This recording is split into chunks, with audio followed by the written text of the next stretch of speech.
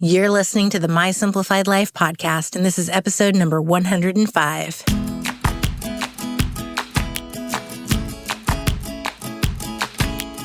Welcome to the My Simplified Life podcast, a place where you will learn that your past and even your present don't define your future. Regardless of what stage of life you're in, I want you to feel inspired and encouraged to pursue your dreams, simplify your life, and start taking action today. I'm your host, Michelle Glogovac, and I'm excited to share my stories and life lessons with you while taking you on my own journey. This is My Simplified Life.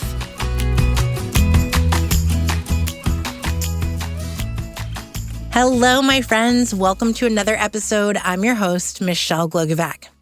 As you've seen and heard, this past year has been one in which I'm finding my voice more and more. I'm also getting comfortable with having conversations that don't always happen, as well as working hard to listening to the stories of others. In my quest to learn more from others, I reached out to Michelle Saahene, who is a coach, activist, speaker, and advocate, and the co-founder of From Privilege to Progress. Many of you might not be aware of who Michelle is, but you might be very familiar with how a video of her went viral in 2018 when she called out a Starbucks barista for calling the cops to arrest two Black men for not buying a coffee. This event sparked a movement, as well as changes in Starbucks policy on not needing to purchase a coffee to use the restroom. In 2020, we heard many people speak out on Black Lives Mattering on a daily basis, but suddenly, things are mighty quiet. Michelle and I feel we need to keep talking and having these conversations, not only when the media is highlighting events, but all the time. She's sharing her story of what happened on that day in 2018, along with how we can have educational conversations with others that aren't demeaning, but enlightening. Hi, Michelle. Hi, Michelle. It's the best name in the world. Absolutely. I think that was how my email started to you too, was first of all, you have the best name and it's spelled properly. So I appreciate that. Oh, Can you take a moment to introduce yourself, please, besides being called Michelle? yes. My name is Michelle Saahene. I am co-founder of From Privilege to Progress. I just moved down here to Dallas, Texas. So I am just trying to get acclimated here, and I do some coaching, some life coaching. I'm a speaker. I'm an activist. And I'm just really excited to get into this conversation with you today, Michelle.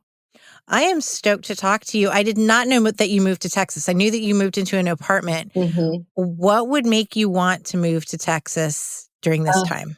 Love, whatever.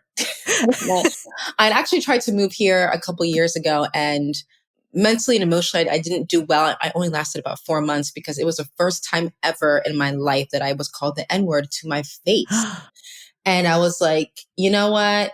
I knew it. I knew moving to the South wasn't good for me. I knew going to a big old red state probably wasn't the best idea. But I do think that maybe part of that was going into it already worrying about that. And subconsciously, I could have been kind of attracting maybe a little bit more of that energy. But the fact of the matter is it still happened. It was still traumatic. It's never happened to me before, so at least not directly to my face. And so I just tried to have a different outlook and try to shape my mindset when I came back down here to say, you know what, I'm gonna attract good people. I'm gonna attract positivity. I'm not gonna encounter those people this time I go down because my boyfriend and I are still together. So I'm back here to give it another shot.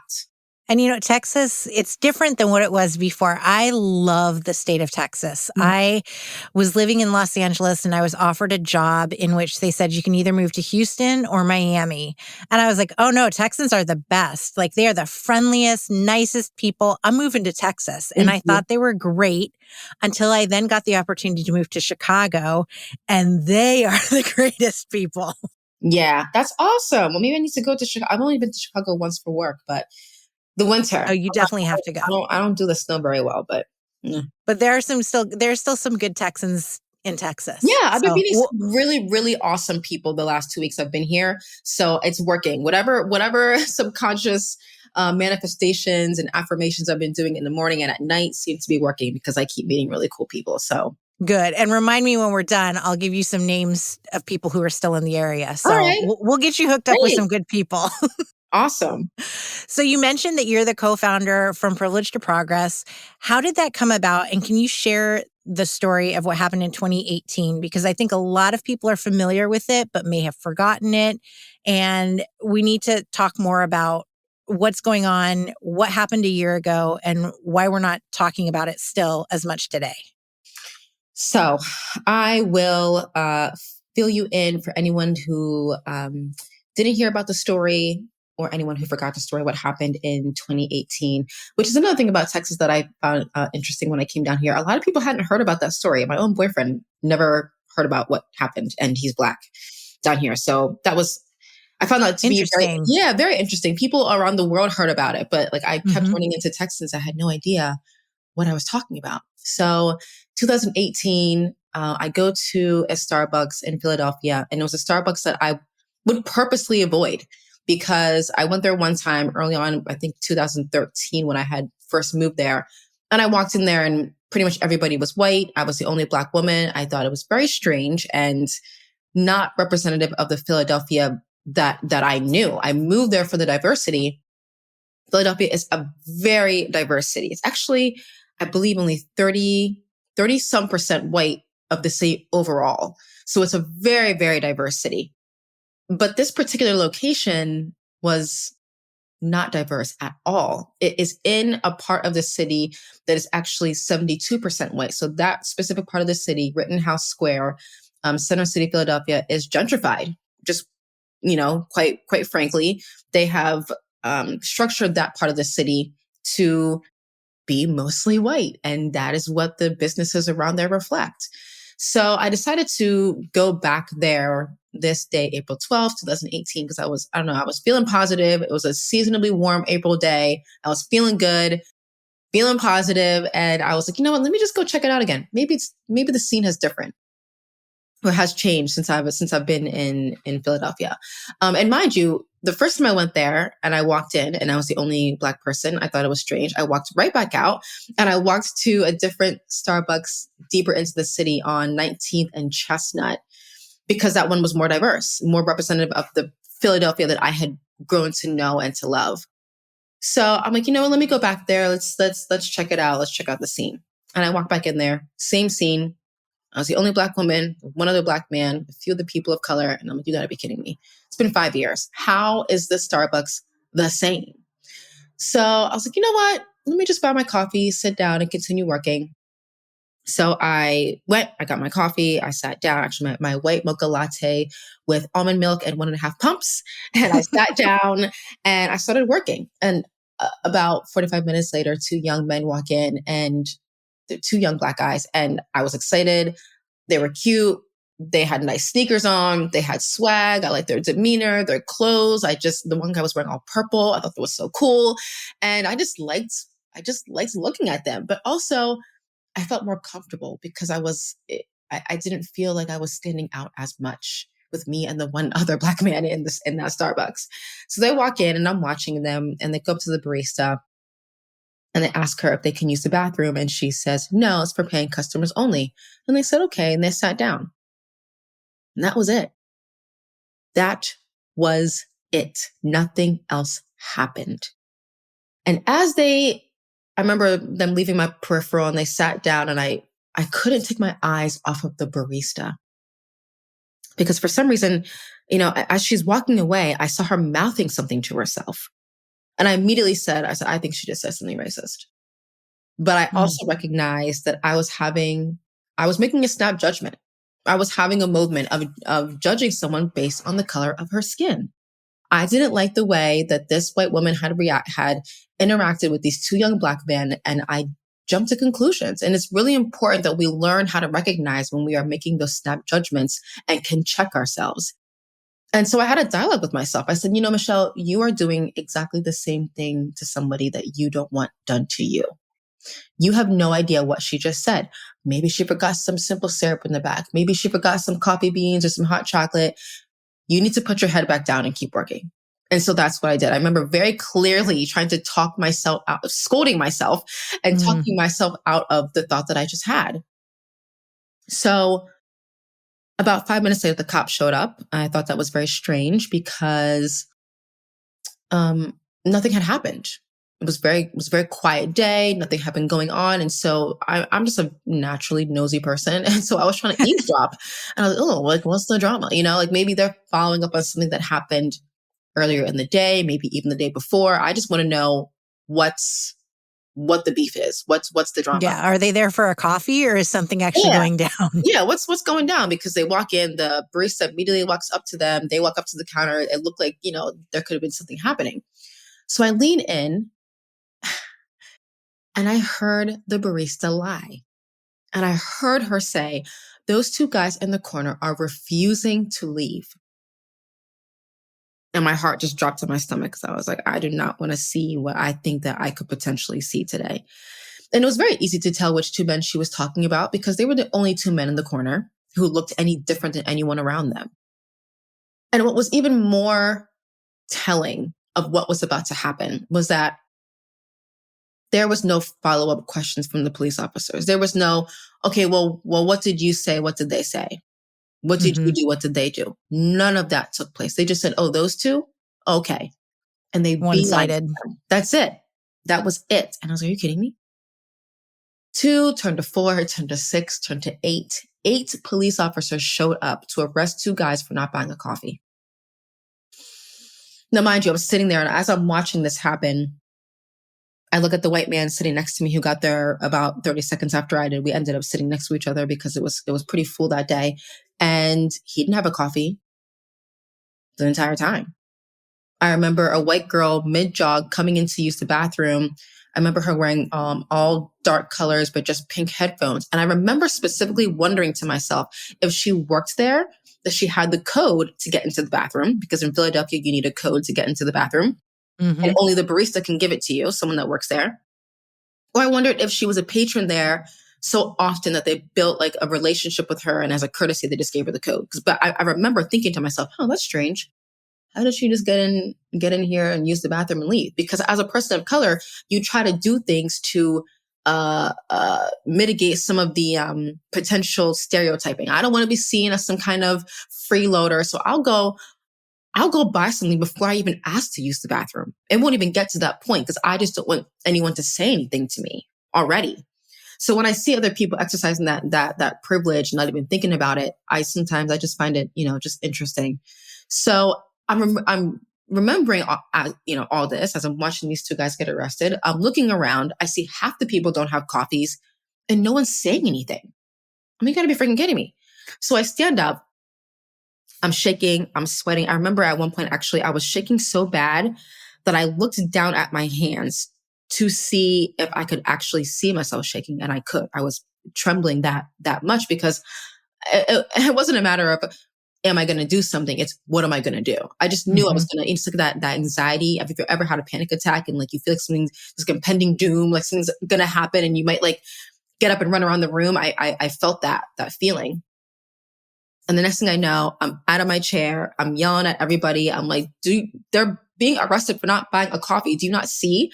And so I walk up to the police officer, which was incredibly risky on my part. And I tapped him on the shoulder and I was like, why are you doing this? And he goes, go ask the barista. Which I thought was a very interesting response, as if, there's no, That is. no accountability or responsibility on them to assess the situation properly, as if she was their boss. And I was noticeably angry, which is the opposite of de-escalation. You would have thought he would have said, ma'am, stay out of this, sit down. Right. No, he was like, go ask the barista. I was like, well, okay then. So I walk up to the barista and I go, why'd you call the cops? And she goes, well, I really can't say, like trying to play it off to me like something happened that, that I just wasn't privy to. Like there was information that they knew that was going on that, I just didn't know what I was talking about. But at the same time that she said that, her neck, her face, and her chest got bright red. So that indicated one of 2 things to me. Either she knew what she had done and she was embarrassed that she got caught, or she didn't know what she had done and she just realized it. And she was embarrassed by that. Either way, that flushing of the redness made me realize that she knew that there was something wrong with the situation deep down. Mm-hmm. Oh, Side note, we found out later the CEO of Starbucks, Howard Schultz, actually admitted flat out to my partner, Melissa, that he had a talk with the barista and she admitted to him that if they were two white guys, she would not have called the cops. So anyways, That's unreal. And for it's him to unreal. go on and say that, and I know that later on they changed their rules or whatever you want to call it. I just used air quotes so no one can see me, that you can go in and you don't have to buy a coffee anymore. I Yeah. mean, I've gone in, we'll be on a road trip, pull over. I'm like, go use the Starbucks bathroom because it's clean. And we're in and out because I'm not going to buy a latte, in the middle of the afternoon and be all hyped up. Right. We just got to use the bathroom. So Right. they get enough of my business that's okay, I think. But that's exactly what you're talking about. And these guys didn't even use the bathroom. They just sat there. Yep. So it was crazy. I don't know if she came to that, if she had a revelation and she admitted that to Howard Schultz, or she was just like, nah, I wouldn't have called the cops if they were white. Like, I don't know, what came first. But so when I asked her that and, and she got red, I said to her, or I asked her, did you feel like your life was in any danger? And she ignored me. And she like walked down the counter to the register. So I followed her. I asked her again, did you feel like your life was in any danger? Do you feel like you were threatened? And she ignored me again. So I took a step back. I'll admit it. I yelled at her. I told her she was an effing coward. And I pack up all my stuff and I'm looking around and everyone's staring at me. And like, it's silent at that point. And I remember one woman I was looking at her and her lips started quivering. And I was like, oh God, if she cries, I'm going to cry. Please don't cry. Please don't cry. Because I just don't want to cry right now. And then I look over to my right and there's a white girl staring at me. And it was very strange because she was staring at me, but packing up her stuff, but like wouldn't take her eyes off me as she's packing up like I'm packing up my stuff and she's packing her stuff. Like she was following my lead and just like watching my move. And like when I would do something, like she would do something, Mm-hmm. And, but the only other person to actually verbally address the Starbucks that day was Melissa. I didn't know her. I never met her before, never seen her before in Philadelphia. Maybe I had on the street and I never knew it. But she stood up and she said, I go to Starbucks all the time. I was just here the other day with my son for 4 hours. I don't buy anything. No one ever asks me to leave. And you know why? Melissa is a white woman. So we walk out and I remember there were some females that were out there. A group of girls walked up to me, a group of young white women, and they go, if that would have happened to us, we would have flipped out. And I said, and you would have been able to because you're white. And I remember wondering if I was like, oh, I wonder if that was a little bit too harsh for them to hear because I said it so just matter of factly and bluntly. And they looked at one another. They looked back at me and they said, you're right. In that moment, anyone who would have been there, it would have been impossible for them to not understand what had happened. Yet, had I not stood up and told everyone what was actually going on, people would have continued on about their day and assumed the worst and that those men probably deserved whatever they had coming to them. Right. Truly. Mm-hmm. So they were handcuffed behind their backs, put into a squad car and taken to jail for 12 hours for not buying coffee. I remember one gentleman actually the one other Black man that was there. He actually walked back inside, bought 2 coffees, came back out and said, if this is about the coffee, can you let them go? And of course it wasn't about the coffee. They did not let them go. They did take them to jail. And I remember them asking, the Dante and Rashawn being like, what did we do? Just, can you tell us what we did? They were there for a business meeting. The man that they were meeting there, his name was Andrew. He was, he's a white man. He actually showed up and he was, he was probably going to buy him a coffee. Probably. Right. And he was saying the same thing as me. He was like, what did they do? Is this not obvious discrimination? Like, can you not see this? And it was just, they were just being so dramatic. They were moving chairs aside, dragging chairs across the floor, unnecessarily causing a commotion. As I'm sorry, anyone who's watching, but I just do not love police. I don't trust them fully. I watch too many crime shows with all these, corruption and seeing that with my eyes for the first, really seeing that, and also myself experiencing police excessive force at a younger age. It just, as if you're a person of color, you don't have the privilege to just blindly trust. And then in that situation, they really didn't use any discernment. Like they couldn't have spoken to the barista and been like, well, they didn't do anything, ma'am. What's actually like, you're wasting our tax dollars, arresting us Yeah. for buying coffee when there are people around sitting here not buying coffee. So I remember at one point, Melissa walked up to me and she was like, this needs to go on social media. And I said, I didn't have Facebook at the time. I didn't have Twitter, barely used Instagram. I didn't even have cable. I didn't have cable for 5 years. So I was like, I just wasn't really plugged into, I don't know, news and like certain You're things. probably living a very mentally healthy life. Yeah. Just, and I remember when we created our group, we wanted to do one for Facebook. And I was like, do I need to have a Facebook account to create this page? And she was like, yeah. And I was like, ugh, I do not want to get back on this platform. So after like a whole year, I finally got back on it. But I remember she was like, okay, I'm going to put it on Twitter. Like, is this caption okay? And I was like, yeah, it's fine. I lied. I didn't even look at the caption. I never even looked at her phone. I was like, I don't know. Just do whatever you want. In my head, I said that, but I was like, no, it's fine. I did not even look at it. And then I remember a couple of days later, some friends texting me and calling me because I called everyone I knew that day to just vent. And they were like, do you know that this thing that you told us about has just went viral? And I was like, oh, no, I mean, I don't have cable. No, I don't know. And they You were went like, viral, not just the whole yeah, incident, but right. you. And they were like, I had a girlfriend from high school reach out to me. She goes, Shelly, is this you? People call me Shelly in high school. She goes, Shelly, is this you? Because you couldn't see my face, but you heard my voice. And I'm like, how do you remember my voice? I haven't spoken to you in a decade at least. So that was interesting. But people recognized my voice and were reaching out to me and they were like, is this you? And they could see my hands. So I'm like, yeah, it is. They were like, well, who is this Melissa DePino? And why is everyone interviewing her? And why aren't you saying anything? This was you, Michelle. And I said, well, at the time I didn't have the language, but I intuitively knew what was happening, which was they were censoring the white voice. And I'm like, you know what? It's not even about me. I'm not the one that got arrested. So I hope that these guys get their justice and, this white woman doesn't take up too much airtime and, that's it. But fortunately, she actually tracked me down and I got another random text message from someone saying, hey, Melissa DePino's trying to find you. So her and I met up a couple days later.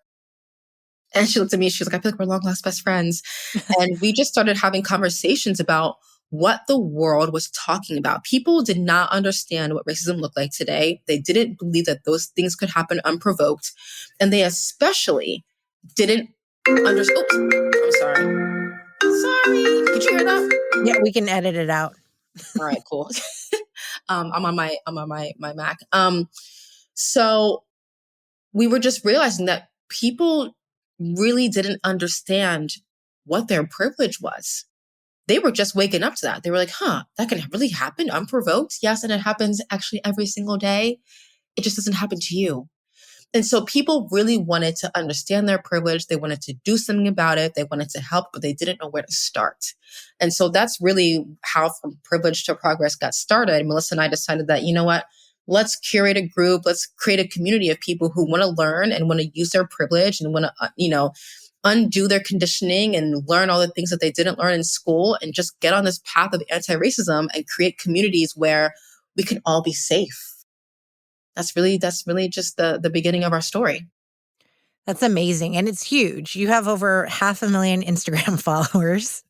Yeah, it's crazy. And you don't think that, today, I'm just going to go to Starbucks and in a few years from now, I'm going to have 500,000 followers and be known as the woman who called out the barista, in Philly. Do you know what happened to the barista? She was fired. And I found out later that she actually was apparently from middle of nowhere, Ohio. And again, companies really need to understand cultural competency. I grew up in middle of nowhere, Pennsylvania. I know the type of mentality that people there have. I grew up with a lot of internalized racism because of that cultural conditioning. I remember recently I found a picture of myself in high school with a friend of mine next to me. And Michelle, there was a Confederate flag behind me. Oh.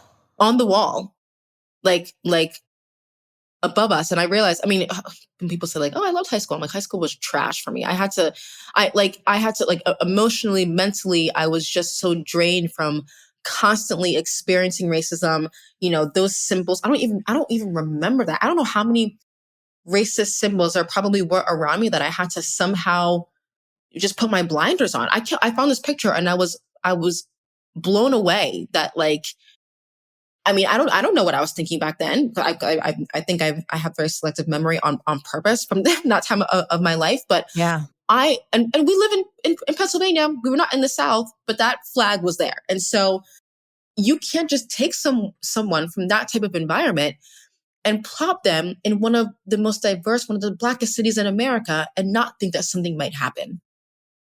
Yeah. And I think that now with the emergence more of social media, of the news, of people paying attention, of us talking more about it, it's awakening more, some in a good way and some in a bad way. And we're seeing the extremes on both sides. Mm-hmm. Yeah, I saw a TikTok video just this morning that was so disturbing that people were tagging the FBI and Secret Service and saying someone needs to go knock on this guy's door because he's out of his ever-loving mind with threats. And, it's just scary that these people have these voices that are so loud, and yet we need to speak even louder. Right. And, you and I were talking last week about how, last year with George Floyd, everyone was coming out and Black Lives Matter, and we're talking about it, and it was everywhere. And now it's kind of died down again. Yep. And it shouldn't. And that's why we're talking, because I don't want it to die down. I want this conversation to keep going. And I know you do too. Why is it that I think that maybe it's dying down because people are tired. Yeah. Because I'm sure that I have plenty of Black friends who are like, we're exhausted. Like, this is exhausting. And, even as a white person to talk about it, I told you last week about the TEDx panel and, getting off of this 30 minutes, I was like, holy shit, this was so exhausting to have to try to teach people how to treat others equally. Are you stupid? Right. And to do that every single day, yeah, it's exhausting, but you know what? These are people's lives we're talking about. Yeah. So exactly. get tired. Get tired. We're tired too. Yeah. Very, very, very tired. And people, it's not even that. I think tired is one, that mental fatigue, but unfortunately, it's also the privilege of being able to go back to your lives. Like, Mm-hmm. people also thought that because Joe Biden, won the presidency, that meant something. I mean, right now I'm in Texas and there are Haitians being whipped at the border trying to come into America, Yeah. physically being whipped. But then you look at the Canadian border, and that's where most of the people who come in and overstay their visas are actually coming through Canada border. But that border is not militarized because it's not Black and brown people. So, people just assume that, the change of administrations, while I do think was an improvement because the last administration was wild. That's a nice word. It's a very nice word, I cuss a lot, so I'm trying to be, respectful on your podcast. But but still, these things are still happening because it's systemic. This has been baked into the country from the beginning. The beginning of this country was based upon, we need to wipe the indigenous people off the land to make room. They had to wipe them off, and then we had to build the country, but we don't want to build it ourselves, so we need to find people to build it for us. I mean, it's just, anyone listening to this, after you listen to this podcast, please go to Seen on Radio, Seeing White. It's a series from the Center of Duke Studies, something like that, and it's a Black historian and white historian. They're academics. They're incredibly brilliant men, and they go into detail from the beginning of how race was even created, because it's not real; it is made up. Like, you and I are probably more closely related than you and another white person because I'm African, and like all Mm-hmm. the humans come out of Africa. So they go into the history of how race was created. It started in Europe, I think, by the Portuguese, but how America specifically took that lie and hardened those racial lines just for power and control. It's not real. Race is not real, but racism is very real. And I think the other issue with people kind of getting quiet again is because I don't think people realize how manipulated and influenced they are by what is being shown on the news. It's like they pay attention to what they are being told to pay attention to. Mm-hmm. And I realized the severity of that after I watched the Social Dilemma Oh, documentary on mm-hmm. Netflix. Yeah. I'm That was like, just turn everything in, take my phone, take my computer. telling you, when I turned it off, I sat there and I was like, oh my God, are my thoughts my own thoughts? Like, I mean, but it's good to ask yourself, why do I believe this? Who made me believe this? Where did I get this thought from? But I would argue, and I think it also is an indication that maybe a lot of people in this country don't have a solid grounding in their value system. Because if something mattered to you so much a year ago, Absolutely. why doesn't it Mm-hmm. matter to you now? Yeah. And that goes so deep. Whether we're talking about racism, abortion, Mm-hmm. we're okay. You're okay with, saving the lives and, of a fetus, but then there's the mother involved and, the rapist, the poor white kid who did whatever. And that's just the example I'm using because I'm in the Bay Area and, we've got like Brock Turner at Stanford who, the poor rich white boy. Mm-hmm. What? Right. Right. It's this kind of nonsense of, where are your values? Because you're not looking clearly at any of this. And I want to say they're actually overcomplicating it because we're all people. We're all humans. Yes. So it's as simple as that. Treat people equally. My son, he's 6 and my husband's traveling right now. And we were in the car driving to soccer practice. And now we're in California. And all of a sudden on the radio, Lee Merritt is doing an interview. He's running for attorney general in Texas. Oh, wow. And I did see I'm that. like, wait, I know his voice. And so we listened to it and he's talking, about Black Lives Matter and whatnot. And the drive was only like a 5-minute drive. And so as we FaceTimed my husband that night, my 6-year-old says, Daddy, when I grow up, I'm going to tell people to treat each other kindly and equally because Black lives matter. And yes, all lives matter, but our Black friends, they matter and they should be treated equally. Aww. And I was like, the 6-year-old gets it. So why can't you older people get it? It's the young mind is so beautiful because it hasn't had all those decades of that conditioning. If I had had some stronger guidance when I was younger, I probably wouldn't have had to spend so many years undoing my internalized anti-Blackness, internalized white supremacy, processing the shame and the guilt that I felt for having racist thoughts, beliefs, and attitudes. But I also had parents that were from Africa, so they're from Ghana, and they didn't understand racism either. They didn't get it, and so they came here and had to experience it.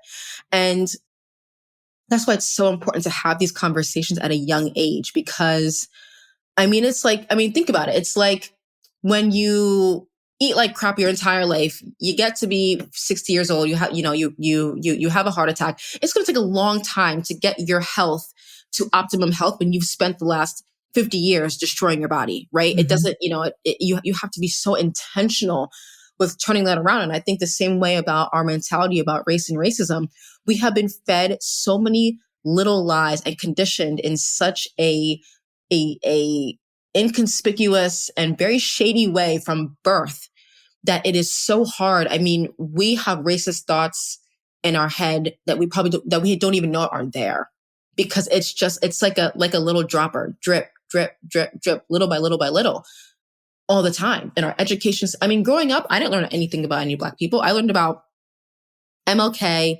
Rosa Parks, and Jackie Robinson as if they were like the only 3 Black people that existed and did anything good. I did a research paper on Malcolm X, so I know him too. Right. It's like I didn't know about Malcolm X. I wasn't taught about him. I didn't know about Toni Morrison, James Baldwin, Maya Angelou. Nobody but those 3 people that I mentioned. And when you teach history in that way, subconsciously, what does that tell children? The white people were the ones who did most of the good things, and there were maybe like a few Black people peppered in here that did some things, but their history really just started as slavery, and like here they are now, and we just can't figure out why they can't get it together. And no one talks about the truth. And I think I really need people to understand that even just having the conversation and the education piece is so threatening to these systems that profit off of oppressing people, that they are banning books across the country right now. I know the author of one of the books. Her name is Rhoda. She is an angel. She's an Ethiopian refugee. And she just made a nice little children's book. And it doesn't really have much to do with race. It's just about, like loving yourself and loving what you look like. And they banned that book. It's disgusting. There in Tennessee, you can get a fine. A teacher can get fined for talking about race in the classroom. So There was just a principal fired because he was accused of teaching critical race theory, and they fired him. See, which is insane to me because critical race theory is a highly academic, it's a graduate level study, and no elementary school or even high school is teaching it. Not even at undergrad are they teaching it. And you have to opt into that, opt into being, learning about that at the graduate level. So people don't even know what that means. So it's just so absurd. They just hear the word race and they freak out. But that brings up a great point too, Yeah. is that there's all of these words that are coming up that people don't truly understand the definition, like white privilege, white fragility, Right. like white privilege. Yeah, I spoke about it just the other day where I did not have to speak up, for 37, 38 years. I didn't feel the need to speak up. I didn't, but now I am. And that was the privilege that I had, was that I didn't have to. I didn't have to defend anyone, because this wasn't my life. Nothing was happening to me in this moment that I needed to address. Correct. And that's what white privilege is. White fragility is like the woman, the barista for you, or the woman on the TEDx panel who, once I started talking to her and she physically is like touching her shirt and, pulling it away like it's getting hot in here. Yeah, you are physically uncomfortable at what is being said. Yeah. And that's what that is. But these words, people are like, oh, I don't get it. So white privilege, no, I'm not privileged. Yep. They have no idea. And sometimes I try to wonder if there's a better word to use, but I'm like, the word itself is not offensive. So I feel like it's the most appropriate word to use. So I can't think of anything else, but a lot of us have privilege. Listen, I have privilege. I have privilege actually as an African, even though I was born and raised in this country and I'm a Black American. I was born in Harrisburg Hospital. I have African parents. And when people hear my name and realize that I'm African and I look African, they treat me differently. That is a real thing. And I went into so many jobs where I was one of the only people of color. Most of the time I was one of the only Black people at the job. And I would always ask myself, where's everybody else? And I realized even in those moments, my privilege of being African I would do my own sociological experiments where I'd be in a room full of white people in high school or college or just random places throughout my life and my travels. And I would notice that people wouldn't want to make eye contact with me. They would act like I wasn't in the room. They wouldn't want to talk to me. And it would be, I could physically feel it. It was a visceral feeling like this person does not like me. And I have a really good feeling it's because I'm Black. And I would do an experiment and I would make it a point to kind of like somehow slip into the conversation that I was African. And Michelle, the demeanor and the energy that they exhibited would change in seconds. And suddenly I was interesting. Suddenly they wanted to know more. Suddenly I was good enough to actually make eye contact with because they were interested in who I was. That happens. And so I recognize that even as an African, I have privilege in the sense that I can get into spaces and be accepted. And it's very weird. It's still racism, but there's a privilege there that once they see me as something foreign, I'm somehow now interesting. And that opens more doors for me. And that's effed up. Yeah, but it's it's reality. And so if we can't, if me as a person of color, as a Black woman can admit that I have privilege, if you as a white person can't admit that, then you are willfully ignorant. Yes. Yeah. And I wish that more would understand that, It's just simply what you don't have to go through based on the color of your skin. If you are white, you don't have to deal with racism. You just do not. You have the privilege of being believed at the doctor's office. Actually, right now, I am in the middle of conversing with an OBGYN that I used to have that ignored my my concerns. I wanted to be tested for fertility when I was like 30 or 31. And they were like, oh, I'm sure you're fine. And I was like, yeah, but I just went to the emergency room for severe period cramps like a few months ago. I feel like that's like not normal. And they're like, well, do you get your period every month around the same time? I'm like, yeah. They're like, oh, you're probably fine. I'm like, no, but this something can't be right. I got tested recently. I did a fertility test in the past month or so, and I have low egg reserve. And I'm only 34. And so I'm letting them know, I'm like, I don't know if this has anything to do with race, but that's just even like one more element. Like, what if I was neglected? Because there is so much bias in healthcare. It is staggering. It's one of the reasons why Black people don't trust the pharmaceutical industries. They don't trust the medical industries. There's a lot of reasons why Black people don't go to the doctor until it's too late because of all the terrible things that happen to them in hospitals and doctors' offices. And now I have to wonder, was I dismissed because you just didn't feel like simply ordering a test just to, even if there was nothing wrong, which there was, I went to the ER for cramps. That's not normal.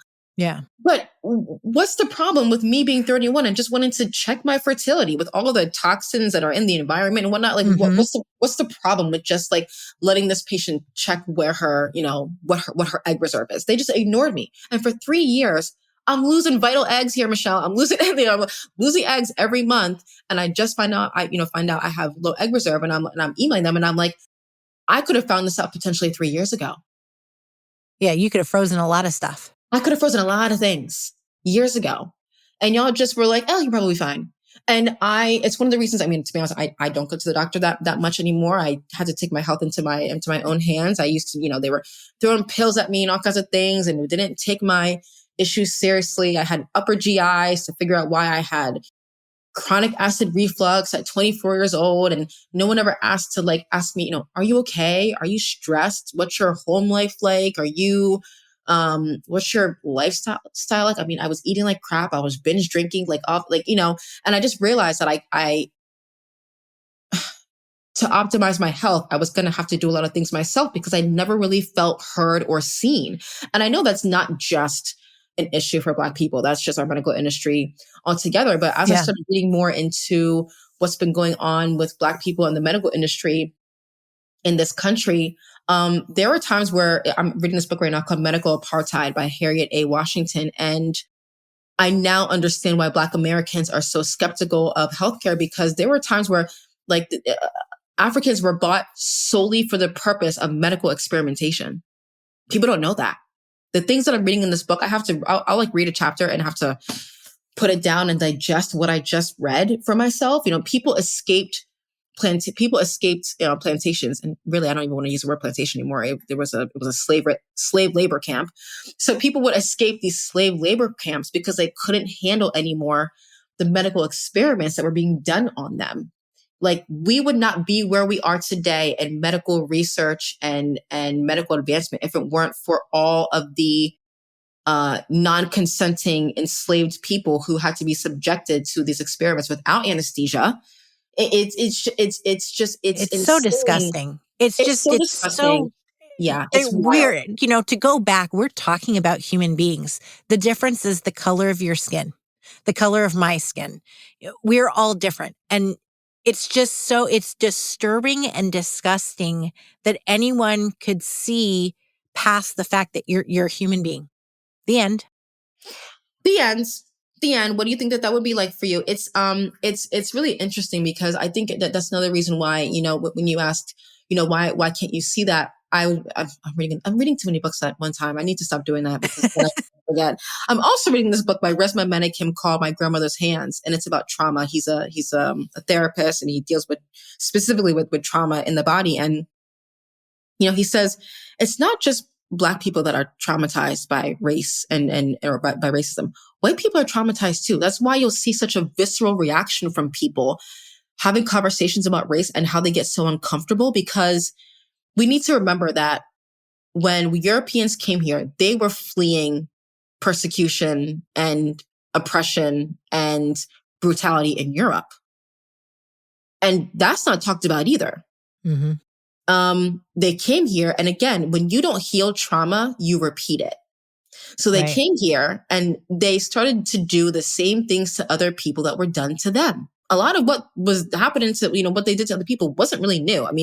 I mean, they got, innovative with it, but it was things that had already been done to them and their ancestors. And so you're not just traumatized by when something happens to you, you're traumatized by also witnessing it. Imagine being a kid in the 50s and going to a park because your whole town and neighborhood is going to go watch this black man hang from a tree and you're 10.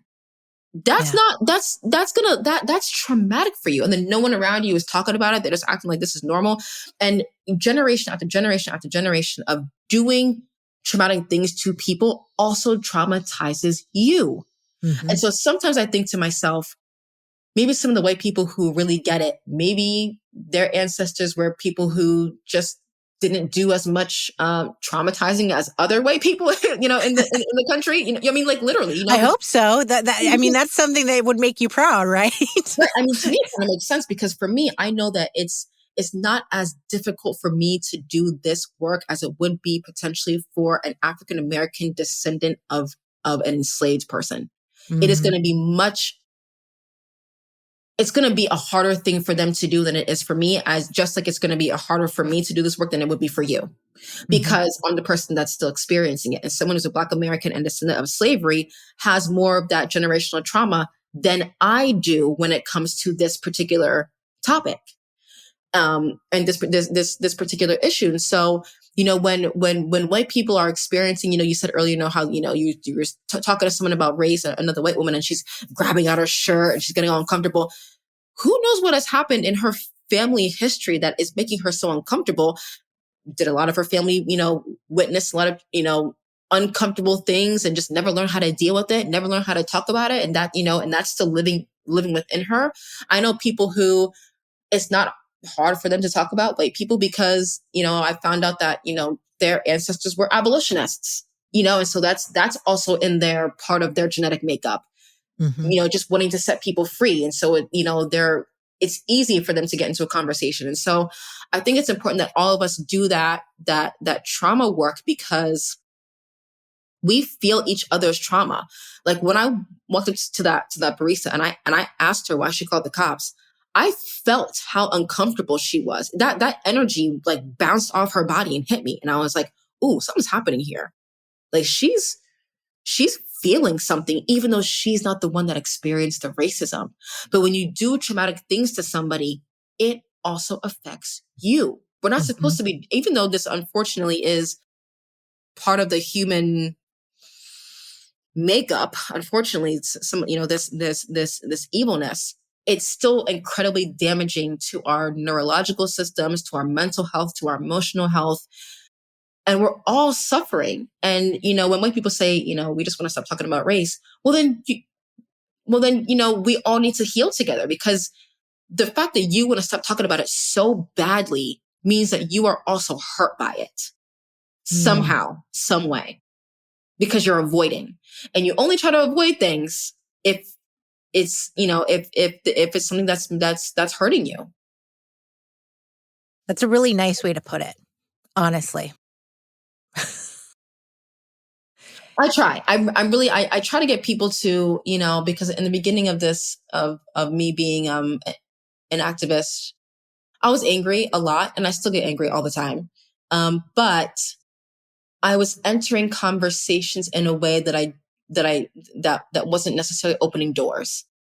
And I was not entering conversations that would allow people to express what they believed and what they felt, even if I didn't like it, because I realized like I need to understand where this person is coming from. If I want to help them get on the path of anti-racism, I need to know what they believe. I need to know where they get that, got that thought from. And they need to understand where they got that thought from. Me just telling them you're dumb is one, it's just rude, but it's also just shutting down conversation. And we need to learn how to open up conversation as opposed to shutting. I see a lot of people just shutting down conversation. And even though it's frustrating, and even though you don't, it's hard to not be judgmental, because you're like, how on earth can you think this? You have to remember that, again, go back to what they're trying to do now with banning the books and not allowing people, firing principals and finding teachers. The control of information is so deep that there really are people who don't know much about anything until they get into their 50s, because the control of information is very calculated. Otherwise, they wouldn't be banning books and firing people for mentioning race. I mean, now here in Texas, you don't even have to teach that like the KKK was morally wrong. Really? Yeah. Yes. And again, people also need to remember that if you are someone of privilege, it is easy for you to, it's harder for you to believe that the country where you are thriving is lying to you. Because, once you start to go down that rabbit hole, I've talked to like people who were like, Michelle, I'm going to be honest with you. I was depressed for like 3 months. I said, why? And they were like, because I realized that my life was a lie. Oh. I said, oh, yeah, well, it is, Sally. It is a lie, because we are all lied to such a deep degree that I was talking with actress actually it was actress Melissa Benoist who was the first one to admit that to me. We were on a live and she admitted it in front of everyone. She was like, I got depressed because I realized I've been living in a bubble, in a fake world, and I don't know how many people I've hurt along the way by ignoring what was right in front of me, but I didn't see it because we've been conditioned to not see it.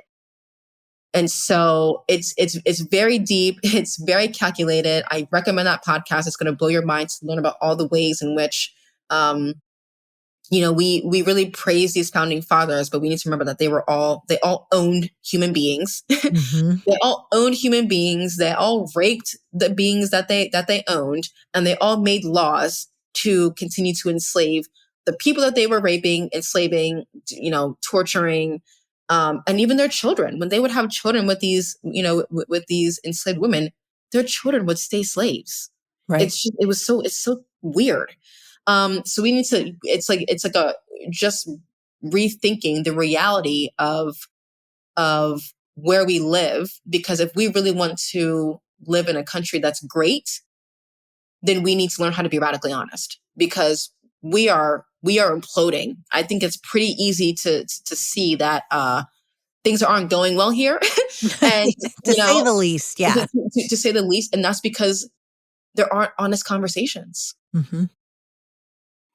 Well, I appreciate you, and I appreciate that you're willing to have these honest conversations and that you came on to talk to me today. I really do appreciate it. And I am so glad that we've gotten to meet, and I want to keep having these conversations with you. Yeah, definitely. I know I talked a lot, but I get so, I'm so passionate about all of this. And I just want people to understand that, we can make this country better. And it starts with the individual. It starts with us looking at ourselves, looking in the mirror, picking up these books, picking up these podcasts, turning off the shame and the guilt, even though those feelings are normal, they're natural, they're going to happen, but channel that and remind yourself that these are systems put in place on purpose. And so once you realize that it's not necessarily your fault, you can turn that shame and that guilt into action and actually be a force for good and influence the people around you to join you on this path. I love that.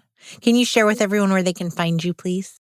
Yeah, you can find me on 2 different pages. My activist page is From Privilege to Progress. That's at PRIVTOPROG.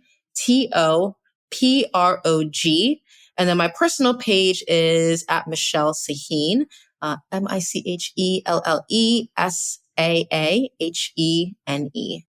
Amazing. Thank you so much, Michelle. Thank you, Michelle.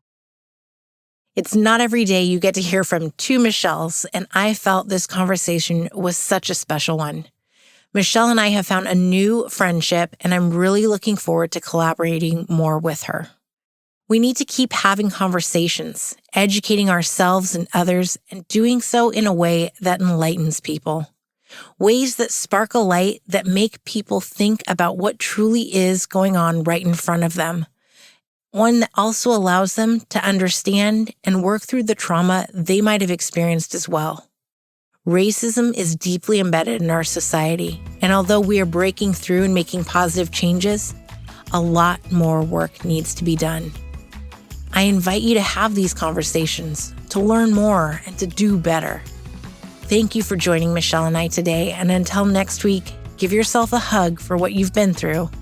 Recognize other humans and what they've been through. And let's work together on healing.